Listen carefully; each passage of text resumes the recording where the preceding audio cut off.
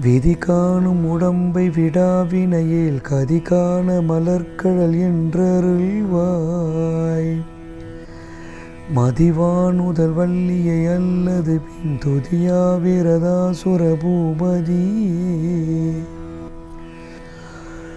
விதி காணும் உடம்பை விடாவினையேல் கதி காண மலர்கழல் என்றருள்வாய். மதிவானுதல் வள்ளியை அல்லது பின் துதியா விரதாசுர பூபதியே. அனைவருக்கும் விசாகா சேனலின் அன்பு வணக்கங்கள். இன்றைக்கி நம்ம கந்தர் அனுபூதியில் 35வது பழக்கம் விளக்கம் பார்க்க போகிறோம்.